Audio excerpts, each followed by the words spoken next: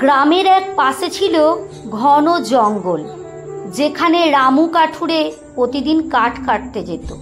সে ছিল পরিশ্রমী, কিন্তু ভাগ্য যেন কখনোই তার সাথে ছিল না। যত কাঠই কাটুক না কেন, বিক্রি করে দুই বেলা খাবার জোগাড় করাই ছিল তার জন্য কঠিন। একদিন সে কাঠ কাটতে কাটতে জঙ্গলের অনেক গভীরে চলে যায়। খেয়ালই করেনি যে সূর্য ঢলে পড়েছে। চারিদিকে অন্ধকার নেমে আসতে শুরু করলো, আর পথও স্পষ্ট দেখা যাচ্ছিল না। ঠিক তখনই তার চোখ পড়ল এক রহস্যময় অন্ধকার গুহার দিকে।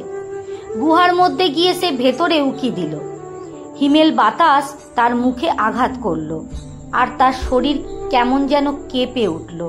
এক অজানা ভয়ে বুক ধুকধুক করতে লাগলো।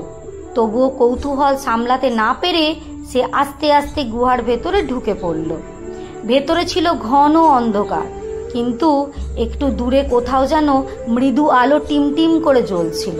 সাহস করে সে সামনে এগোলো। হঠাৎ মাটির কিছু চকচক করতে করতে দেখল। ভালো করে তাকাতেই তার চোখ বিস্ফোরিত হয়ে গেল সোনার কয়েন। রামুর আনন্দ আর ধরে না। এত সম্পদ দেখে তার চোখে যেন স্বপ্ন না আসতে লাগলো। আমার দারিদ্র এবার দূর হবে, মনে মনে ভাবলো সে। তাড়াতাড়ি করে সে নিজের জামায় খুঁটি কয়েন গুছিয়ে নিতে লাগলো। ঠিক তখনই গুহার অন্ধকার কোণা থেকে এক গম্ভীর আওয়াজ ভেসে এলো। লোভ সর্বনাশ ডেকে আনে, যতটুকু তোমার শুধু ততটুকুই নাও, না হলে সব হারাবে। রামুর বুক ধড়পড় করতে লাগলো, কিন্তু সেই কণ্ঠস্বরকে উপেক্ষা করেই সে আরও কয়েন সংগ্রহ করতে লাগলো। তখনই গুহা কেঁপে উঠল, যেন প্রবল ভূমিকম্প হচ্ছে। ওপর থেকে বিশাল বিশাল পাথর খসে পড়তে শুরু করলো। রামু আতকে কয়েন ফেলে দিল এবং যত জোরে পালালো দৌড় দিল। কোনো মতে গুহার বাইরে বেরিয়ে এলো সে। হাঁপাতে হাঁপাতে পিছনে তাকিয়ে দেখলো গুহাটি একেবারে অদৃশ্য হয়ে গেছে, যেন কোনোদিনই সেখানে কিছুই ছিল না।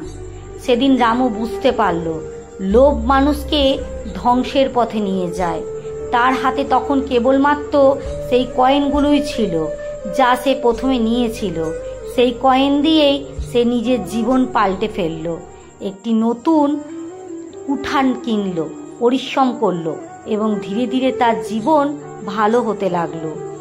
আজও যখন গ্রামের লোকেরা রামুকে সেই গুহার কথা জিজ্ঞেস করে, সে মুচকি হেসে বলে, ধনের চেয়ে বড় সম্পদ হলো তৃপ্তি, আর লোভ সব কেড়ে নেয়। লেখাটি সংগৃহীত।